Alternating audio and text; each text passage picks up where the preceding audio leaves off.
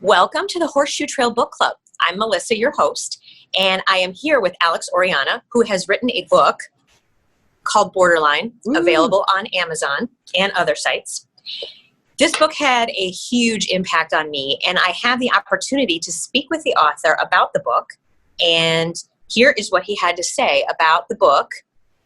We're going to talk about a lot of things. We're going to talk about family. We're going to talk about international adoption.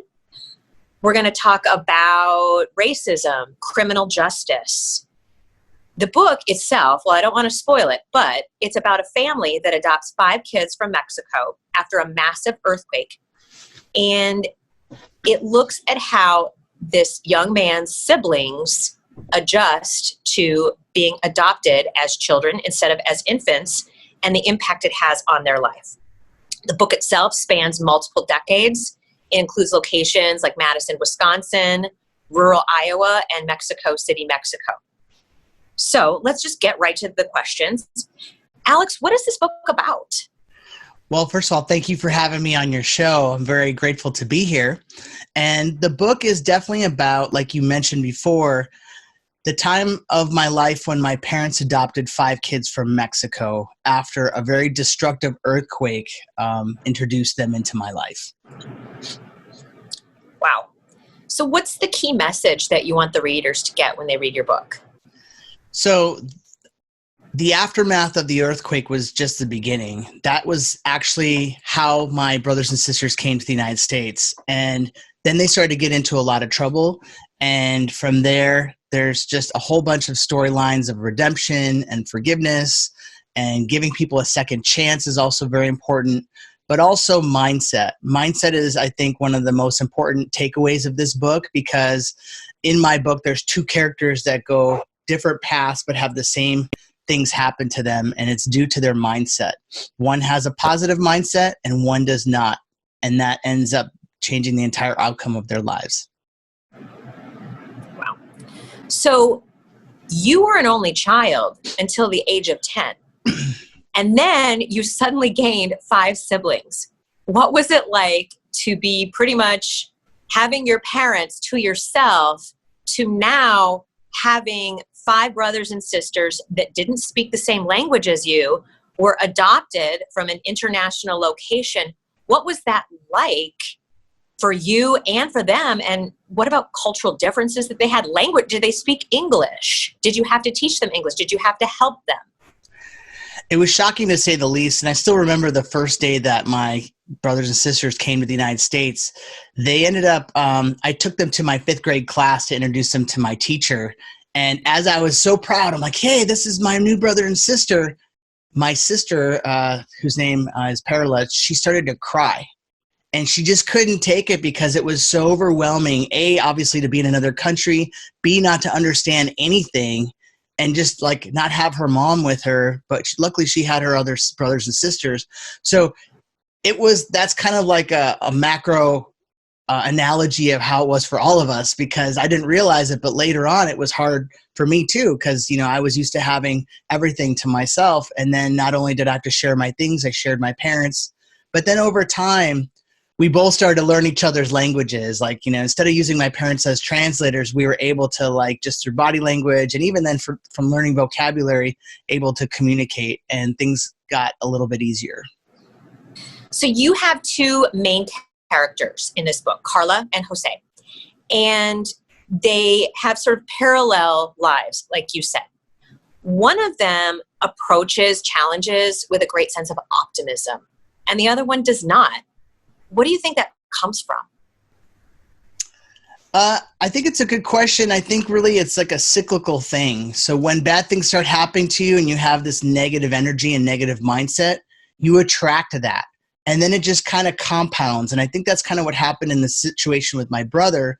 Is he started out small, stealing comic books. Then it turned into fighting on the playground. And then it turned into, more. Whereas my sister, same thing. But I think really the thing in this case was my niece. My sister says that my niece was what saved her, because it gave her a purpose, and it gave her really, I guess, a reason to kind of clean her act up and just turn her life around. Whereas my brother ended up having a child, but it was later in his life where he had already kind of gone down a path that, would be harder to come back from. So when we talked before this, you told me this book is semi-autobiographical and based on true events in your life. There are a lot of things in the book that, quite frankly, aren't very pretty. And there are characters that face their demons, alcoholism, drug abuse. What did your family members say when they heard you were writing this book? And what is their reaction to this book? Well, that's a great question too. And I think really the first thing was I had to kind of go at it as like a journalist. And I ended up interviewing all my family members saying that I wanted to finally tell the story. And they had been hearing me tell this, saying I wanted to do this for a long time. But when it finally came time for me to ask them questions where they were filling in gaps to incidents that I didn't quite know all the variables, then they started to say, hey, well, wait, this is for real, isn't it? And as I started to develop the story, it became more and more real to me too. And it was very hard to write, not just because of like reliving old trauma and pain and whatnot, but also thinking, okay, what's going to happen if my family reads this and disowns me or, divorces me or, any of those things. And that was always something that stopped me in the past. But ultimately, the thing that drove me through this was I need heart surgery soon. And I said to myself, you know what? All that's not going to matter if I'm not here. This story has to be told. And I'm not saying the heart surgery is going to go bad, but it definitely was the driving force to finish the book. So what you're saying is your why is facing your own mortality. So why now? Why write this book now? Or was that the turning point that really motivated you to start writing this book and publish it today? I would agree. My why definitely, my mortality, being faced with it, did fuel my desire to finish the book. 100%, no doubt. So the title of the book is Borderline. What is the significance of that title? So the physical border between the United States divides people of socioeconomic backgrounds, cultures, languages. But then there's an imaginary line where you basically, once you cross it, bad things can happen or good things can happen. And this book is all about what side of that line we live on. There is talk in the book of racism and prejudice, particularly the racism that your brothers and sisters faced as Mexican Americans in a predominantly white community. What is the role of racism in this book, and what were you trying to tell the reader? When my parents first adopted the kids, we lived in Madison, Wisconsin, which was a fairly diverse city. But then we moved to rural Iowa, where literally there was hardly any African Americans in the community, and all the Hispanics that lived there worked in the meatpacking industry. So most of the other people in the town, if they saw Hispanics, thought, oh, those are laborers. Those are families of immigrants. And yeah, my brothers and sisters were immigrants essentially, but they also were U.S. citizens. And so there was discrimination against them, growing up because they stood out. I mean, everyone in Sioux City, Iowa, where we lived was a white person. You know what I mean? It's just very highly concentrated. One of the things that happened growing up was a lot of people would come up to my dad and they would say, hey, what ethnicity are you? Where did you come from? And my dad never liked that question because he always saw himself as a citizen of the United States. So his answer was always, I am American. And he'd throw the ball back in their court and they're like, well, you don't look American. And he goes, well, I need to let you know, America goes from Alaska to Argentina. There's North America, Central America, and South America. So that line right there of, citizenship, belonging, all that stuff came into play with my brothers and sisters. So the thing about this book is I couldn't put it down. I read it in a day because as you're reading it, you just want to see what happens next. The plot moves very fast and it is non-stop action. There are gangs. There are murder trials. There is brother-on-brother violence and so much more. And it is semi-autobiographical. So how much of it is really based on true events and what maybe you took a little bit of creative liberty with? So to tell this story correctly, I would have had to make it a mini series, 6 seasons long, and do a character study in depth on each of the people involved. And I didn't have the stamina or patience to really do that, let alone the memory of all the different occurrences. I didn't have all the pieces of the puzzle. So what I had to do a couple times was consolidate some of the characters. So there is a character where I actually blended 3 people to make that character, to make the story advance a little faster. But most of the incidents that happen in this book really did happen. And in fact, I actually took out about 4 or 5 things that were just too dark to put in the book that, I don't really want to talk about now, but it just got, when I was interviewing, my family, they were telling me things that were like, I thought they were going to give me like a level 7 intensity, and they gave me like a level 11 of what really happened. And I actually had to pare it down for the book. So in the book, we read about your siblings and that they grew up very much in poverty. And when they were adopted into a middle-class home. Can you tell me what the impact of going from extreme poverty to middle class was for your siblings, and how maybe it impacted them even into adulthood? I mean, as I think of that question, I guess the way I can think about it is when I first went to go meet them, I was 10 years old, and my mom was like, hey, let's go there. Let's meet them. You can see them where they grew up. And the place where they lived was this barrio outside of Mexico City with dirt streets, and the whole family lives in one room, and they share a well that also the animals share with them, dogs, pigs, cats. And then they also lived all on one queen size bed. They all slept in there. So 10 people. And then the last thing that was super eye-opening for me was when I went into their bathroom, they had, like a shower caddy, but it was like a cage. And that shower caddy cage was full of white rats. So that was a shocker to me to see that poverty. And that was like the only place where they could keep their rats. And the rats were all like shivering in this cage wet, but that was like where they lived, in that cage. And so, going from that to then living, in a, I would say, middle-class neighborhood, 2 cars, soccer practice, green grass, all the food you could ever want, education. I would say that's probably a big shock. And, I saw it from the other side, but definitely I think that would play some tricks on your mind if you kind of like were thrown into that situation. So growing up, I think then, everyone kind of got used to the situation as far as where we were, but it did take at least a couple years. I also know that in the story, the children's biological mother was still very much alive, yet she allowed her children to be adopted. What was the impact to her in real life? And what's the relationship between her biological children and her today?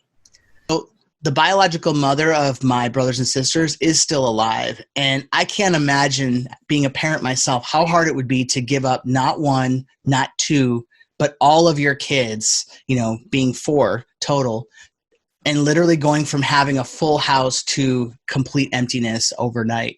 And I think the toll did affect her health. Overall, they didn't have much communication with her growing up. But then when they all became adults, they each would come and visit her, and now she is a little bit sick.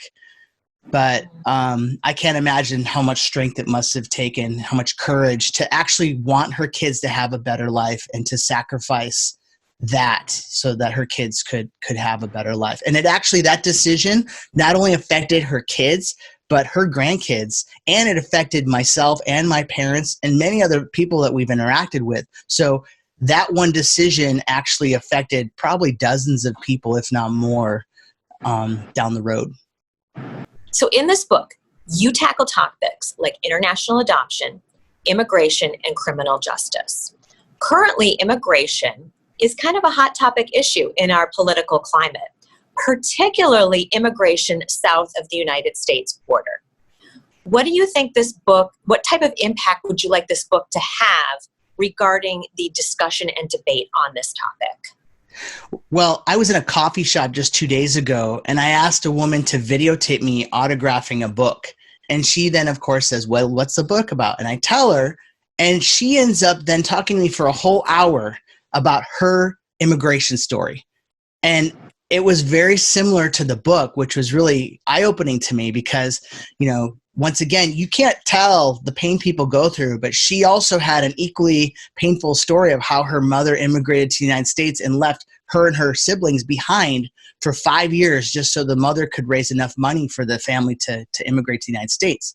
And then how the same thing, her family kind of divided. One went the dark side, one went the light side, and then she ended up trying to start a family.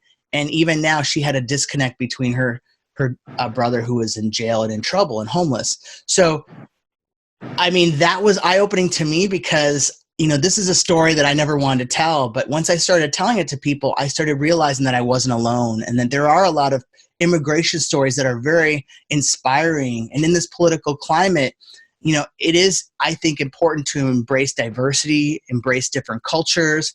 And I don't think immigration is the boogeyman that everyone portrays it to be. I think that there is actually a lot of benefits that you can get from immigration. My dad was an immigrant. He came here to try to create a better life for himself in the church. And he also has helped a lot of people immigrate to the United States.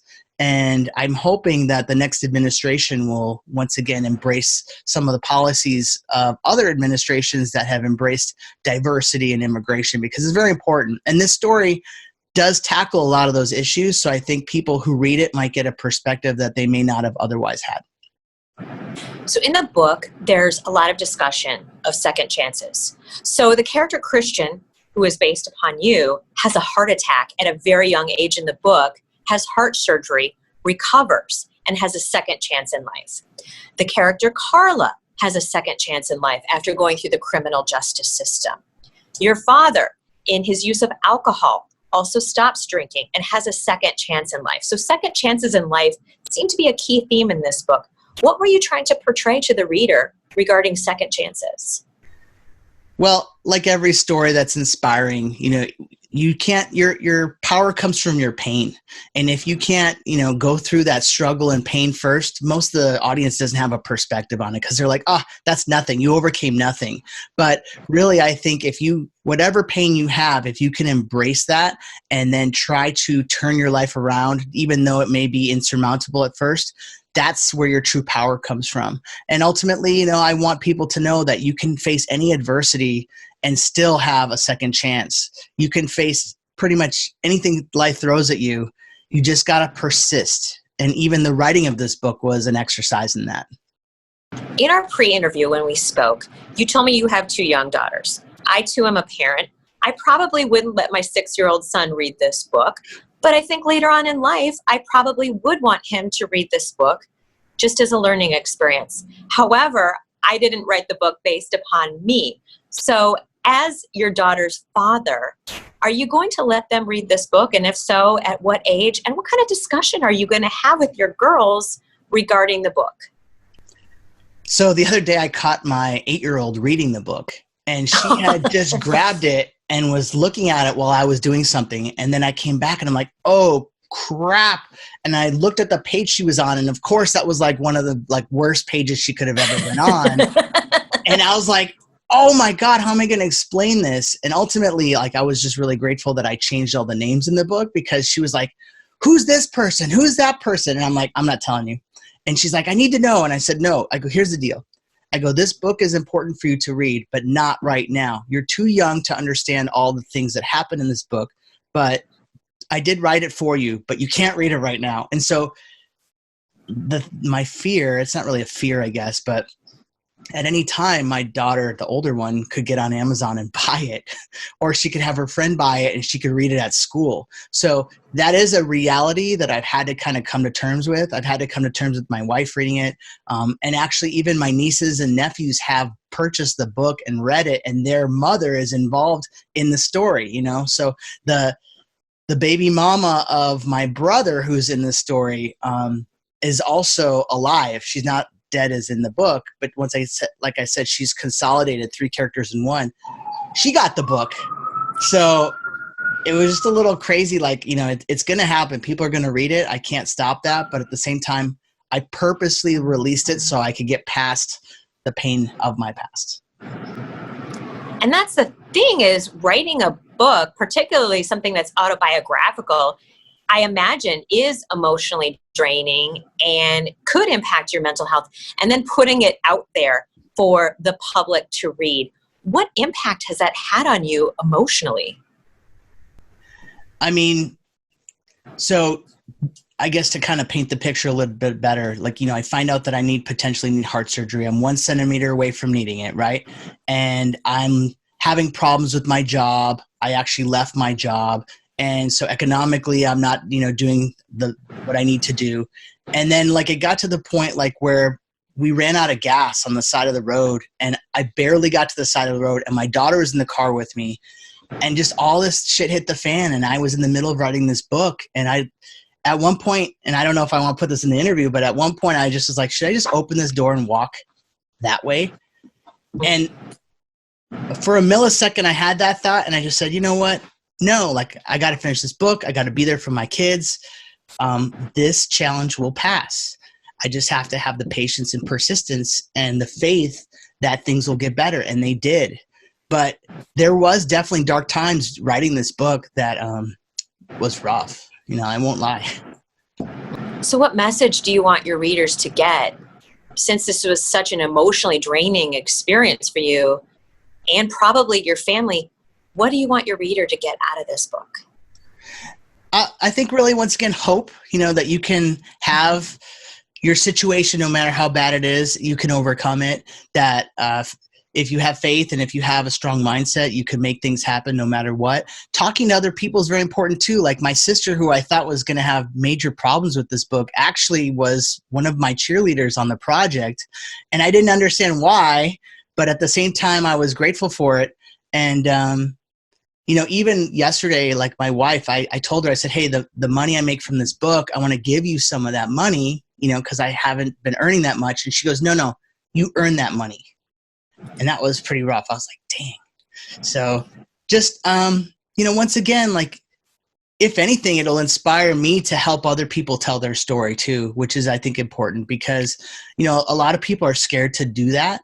And I've gone through that now. So I can help coach people through what it takes to kind of get over that hill.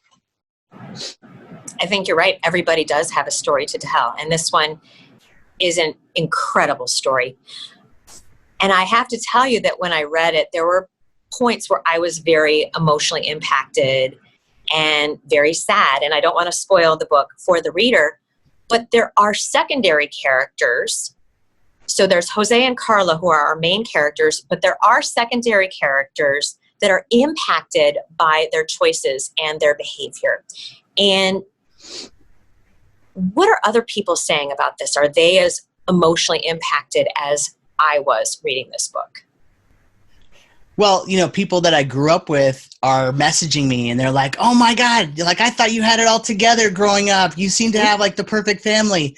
And that was kind of interesting to me because, yeah, maybe I portrayed that because I was just always trying to like become what I had wanted, fake it till you make it. But now the new version of me, like ever since I had heart surgery, is just like, you know what? Like, I don't care what people think of me. I don't care if you like me or not. And that's a huge, like, freeing thing to have. And I don't really know what the original question was anymore. But long story short, like the book and being able to write a story like this and not caring what the world thinks about you if you release it is very powerful. And if you live your life like that, where you make your choices and you make a committed decision to stick by your choices, I mean, you're unstoppable. I think the impact is the opposite. I think you're even more likable of a person. You have an authenticity. So instead of people perceiving you as perfect, they now perceive you as flawed, just like the rest of us. Yeah. I mean, I think those are the movies that inspire me the most. Once again, if I can see that there's a character flaw, but yet they're still able to create good, I mean, that's great. Even like the characters in this book, like my brother, who may be perceived as, I don't know if he's the villain, but he's a likable guy, you know, like he's very charismatic in person. And so that was also a challenge to try to convey that on paper because the thing with him is he's always laughing and he's like jokey and he's charismatic, but then he's got this dark side too. And so trying to figure out how to give him redemptive qualities on paper that I knew existed in person was a challenge. And I'm glad that you talked about your brother being charismatic, because it's not uncommon for addicts to be very charismatic, which makes it even more difficult for them to seek help or for them to be able to cover up their addiction. What would you say about folks who stigmatize use of drugs and alcohol, particularly in this book? So because I didn't live in the same house as my brother as like after the age of like 17 or 18 years old, I haven't seen him for a long time. And so he is someone I used to know, essentially. So I don't ever think of him as a drug addict. I don't think of him as that because that's not how I ever saw him in real life. But, you know, from the stories I hear, as well as pictures I see, and obviously the media, him, you know, being on the news for bad things he's done, I definitely do have sympathy for him. I feel in some ways maybe I've let him down, or, you know, I know my mom definitely feels like she let him down as a parent. And I guess the thing that I came to terms with is you can't help someone who doesn't want to help themselves.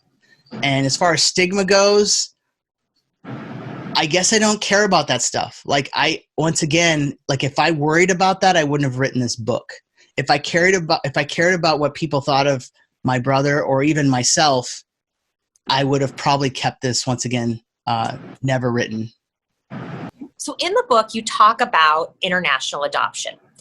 And I think that a lot of folks, particularly in the community you grew up in, probably perceived your family as very much heroes. They took children who they thought were orphaned and brought them to a middle-class home to be raised by loving Christian parents. So in regards to adoption and heroes, I would say that my parents are heroes. Oh, I still believe in that because really when I think about the stuff that they had to do at the age that they did, I'm actually older than my parents were then when they adopted all the kids. And I cannot imagine having to do that at the age I'm at. And I feel like I'm actually fairly mature and I've had some practice taking care of kids and whatnot, but I don't think I could have handled it either. You know, having to lose your job and then coping with it with alcohol and then, you know, economically having to float the family and then having all the members of the family like essentially defect and cause issues left and right. There's fires on all sides and you're just trying to throw drops of water on bonfires that are around you. I don't think I could have done it. And I told my mom the same thing after she read the book. I thanked her and I said, you know what? You did the best you could with what you had and I'm so grateful. And I think it could have been way worse. And, you know, the fact that things did go bad, but at the same time now things have stabilized a little bit. And, you know, I'm grateful for that. All my sisters have kids now. So my mom is a grandma and she gets to visit her grandkids. And the grandkids basically have no perspective of what their parents had to go through. So they're like second generation. And that in-between generation, you know, transitioning from Mexico to the United States, they're the ones that struggled. And I definitely think that adoption is important. I think that it's very, not just a noble deed, it's needed. You know, kids who do not have resources need a loving family. And my parents did try to provide that as much as they could. And so maybe it's community perceptions that need to change. And maybe the community needs to provide more support to adoptive families. I mean, my knee-jerk reaction is I don't care what the community thinks. But the other thing I think about is, yeah, I mean, it was nice. We did have that. My parents did have members of the community who tried to help us through our, you know, different mentors for my brothers and sisters. Even the police tried to help my family in times of need when we had issues with the drugs and the gangs. I do feel like we did have mentors, but like nobody's perfect, you know, and in the scenario that we had, even my brother tried to do the best he could under the circumstances he had, my sister too. And it's just, once again, like how you deal with those choices can affect not only your life, but everyone else's life around you. So I believe this book is going to be made into a movie. And what I want to know is, who do you want to star in the movie? Well, I had this conversation briefly with my sister, and she's like, "Oh, Eva Longoria should play me." And I said, like, she's a lot older than you. Like, I don't know if that would work. And then we were thinking of just like other obscure actors that would play my brother. And there's this actor named Michael Pena, who's kind of on the come up. I love him. Other than that, like, who would play me? My sister jokingly said Christian Slater. But I have no idea who I would even have in this movie. And I actually would be content with no names being the actors in this movie to not distract from the actual plot.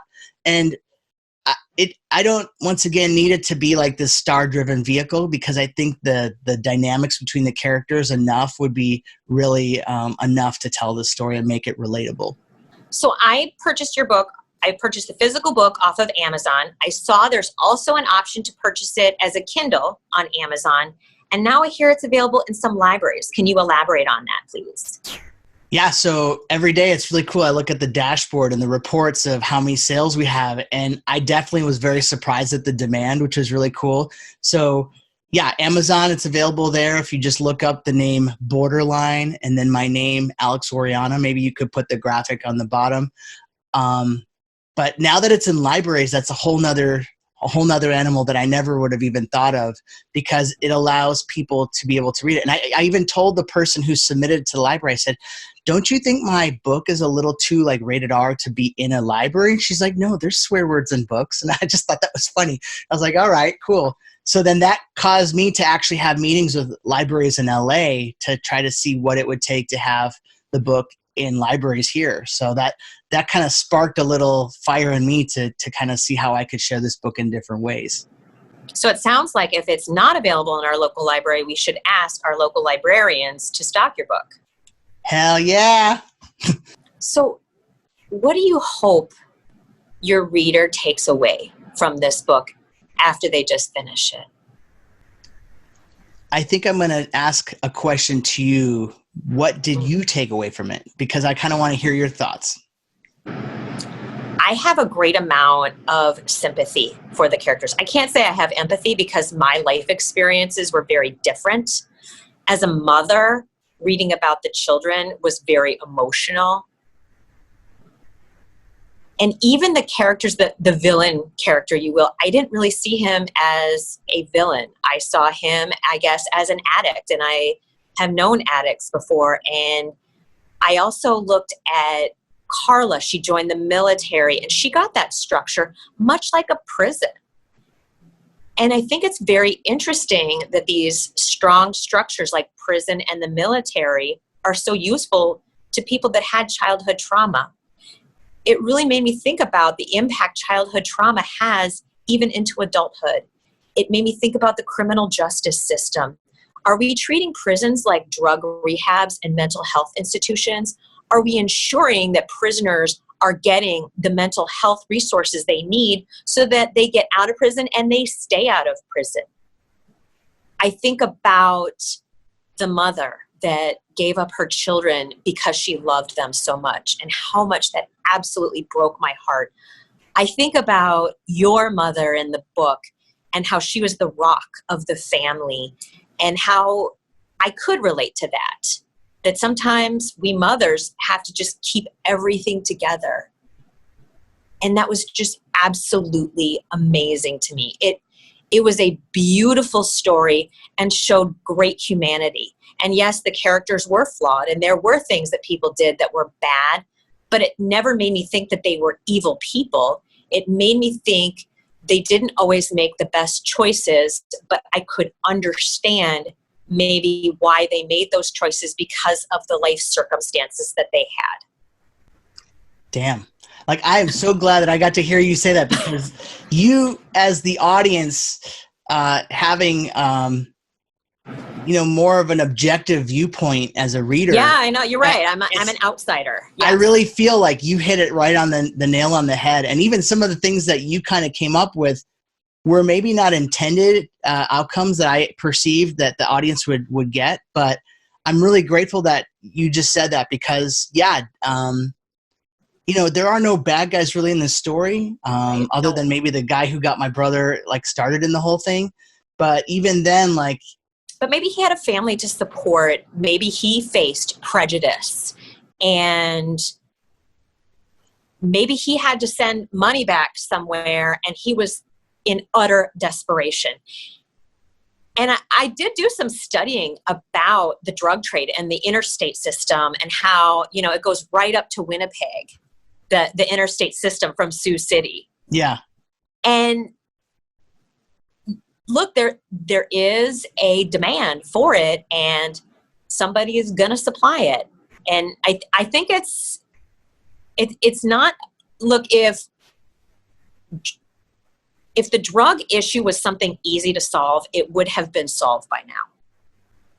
And so I don't think it's as black and white as this is wrong, so you're a bad person because you decided to sell drugs. Well, you know, I imagine maybe you've heard of the show Breaking Bad. I mean, yeah, and that's exactly it. And Yeah. I watched that show, and you're absolutely right. There's a life circumstance. He is diagnosed with terminal cancer. He has a son with cerebral palsy. He has a pregnant wife. He has a teacher's salary. He's desperate to change his family and help his family in his absence if he passes away. And absolutely. So, yes. You know, yeah, I definitely get that. And I think you're right. Like, people, you know, make choices based off their circumstances, and it may be short-sighted, but that's just part of survival, you know? Right. It really is an amazing book. And it's a very emotional book. And in some ways it's hard to read because you have such sympathy for the characters are written very sympathetically. And when I read The Way End, I was heartbroken. I really was. I was really rooting for Jose. And it broke my heart. But at the same time, I also know that addiction is very resistant to treatment. And if Jose doesn't address the issues from his childhood, he's never going to get better. So, because you've read the book, do you think I should let my brother read it while he's in jail now? Absolutely. He is portrayed very sympathetically. At least I perceive him to be portrayed as very sympathetically. I have great sympathy. I am rooting for him. You can tell him there are people on the outside who have never met him before and are rooting for him. Addiction is evil, not the people that are addicted. Addiction is evil, and it is a cycle that is very difficult to break. Prison does not offer the mental health services that addicts need in order to turn their lives around. Yeah, I guess in this interview, I'm realizing I guess I was in denial a lot because once again, I've never seen my brother as an addict, but right. I know. And that's why he's in jail right now for selling drugs to a DEA agent. You know what I mean? Like, it can't get any more black and white, but I still just deny it. It's weird. It's desperate. And but we always say that, you know, I'll give you a personal story. So my mother, it's hard to say, but my mother has Alzheimer's disease. And we were all in denial for a while until it got to a point where she was frightened of my father and called the police on her own husband of 51 years, saying there's a stranger in my home trying to rape me. Wow. Now, she is now in a memory care facility where she is receiving excellent care in Middleton, Wisconsin. But for a long time, we were all, oh, you know what? She's just a little forgetful. You know what? She's not that bad today. But she showed all the classic signs and symptoms. And yeah, it's really hard when it's someone you love. And this was someone that I was relied on. She was the one that had her shit together. She was the glue that held our family together. She was the organized one. We were all the forgetful ones. So I can kind of, because maybe you saw him in a different light because you were 10 when he was adopted and he was probably 6 or 7? Yeah. Okay. Well, now you've been out of the house for a few years and so is he. So you haven't really seen that addiction really start to happen. Right. So you see him as that teeny little boy that was scared, that you helped that you guided, that you played soccer with. Fireworks, collected comics, all that stuff. Yeah. Yes, absolutely. Yes. And it doesn't diminish from that experience. Yeah. You shouldn't look at that and say, well, he's an addict, so to hell with all the rest of that. No, addicts are still people. They're still very complex people with a complex problem.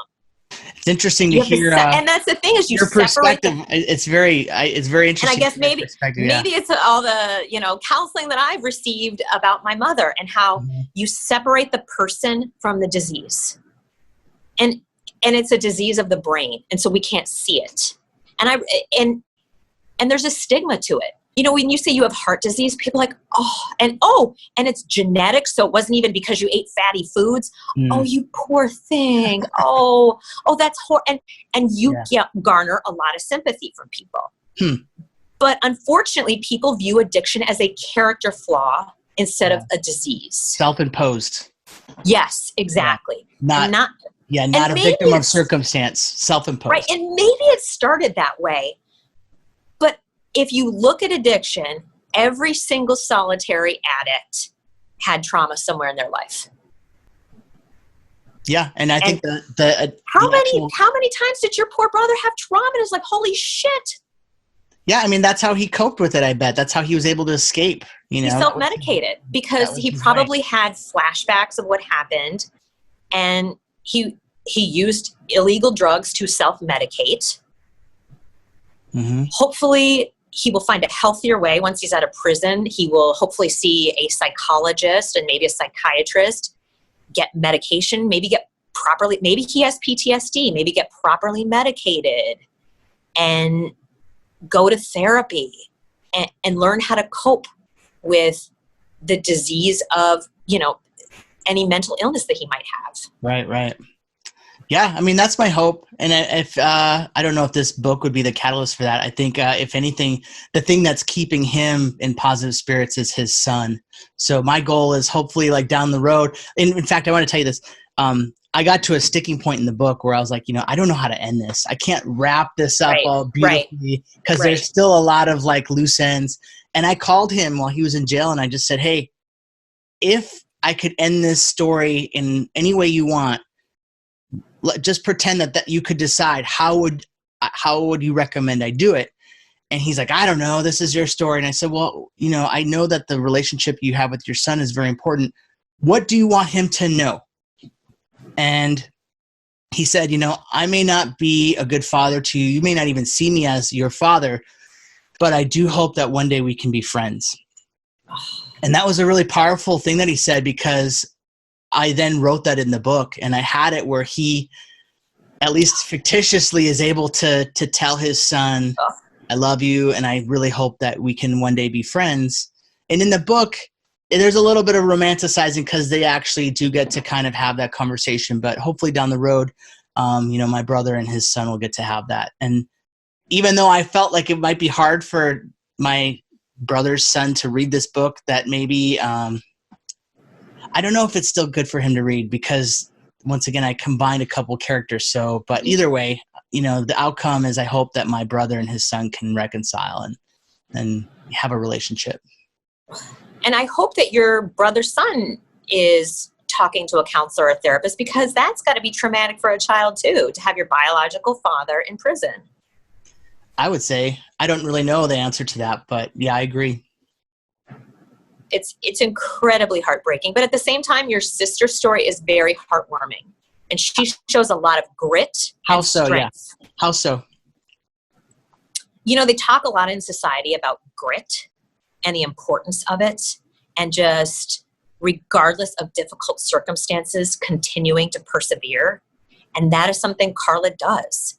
Regardless of what circumstance, difficult or not difficult, is placed on her, she just continues to persevere, continues to work hard, continues to take care of her family, continues to be a part of the community. And she's successful. And I don't even know if she's financially successful, but I view her as a successful person. I hope she is. I hope she is financially prosperous. She's doing well. Yeah, and I'm very proud of her. Because joining the military, being away from your babies, but knowing, hey, I need this because I need some better structure in my life. Studying while working to earn a degree. That's amazing. Mm-hmm. She is absolutely amazing.